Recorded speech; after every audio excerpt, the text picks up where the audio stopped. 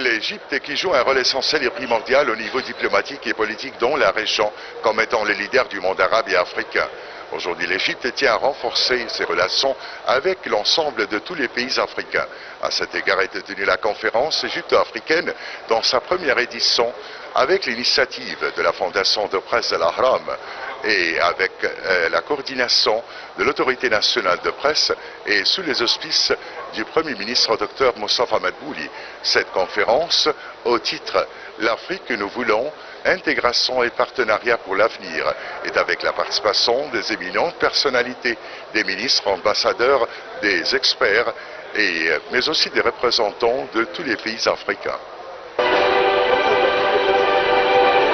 Libérer les échanges, relier le continent, notre premier chantier est de briser les barrières héritées et donner naissance au plus grand marché libre du monde. Cette conférence est une très grande importance. C'est la première édition.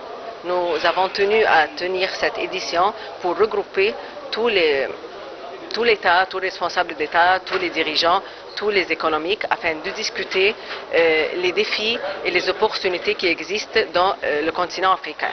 La ZLECA est bien plus qu'un simple accord économique. Elle est le levier de l'émancipation commerciale du continent et la garantie de sa souveraineté économique dans un monde en profonde recomposition. Vraiment, il faut avoir la volonté politique. La volonté politique, c'est quelque chose, ça c'est le plus important.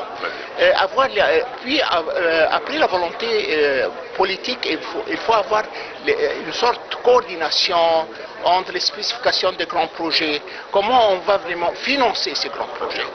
La volonté politique, coordination et encore que les hommes d'affaires doivent être sur place. Ce n'est pas la question de dire on veut aller à l'Afrique, non, il faut aller à l'Afrique. L'aspect essentiel de cette intégration, c'est l'infrastructure. L'Afrique a un besoin de financement annuel estimé entre 130 et 170 milliards de dollars pour combler son déficit infrastructurel.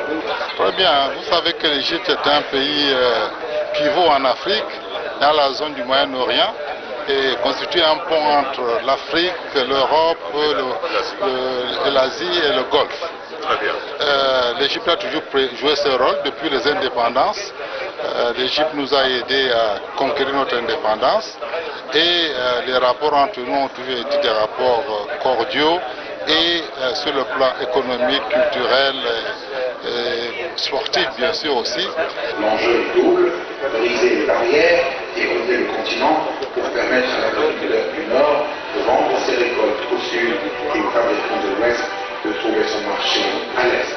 À travers l'organisation de cette conférence et avec la participation des éminentes personnalités, l'Égypte confirme son rôle de leader africain, un pays engagé à soutenir la coopération continentale, à faciliter les partenariats économiques et à encourager toutes les initiatives qui renforcent l'unité et le développement en Afrique.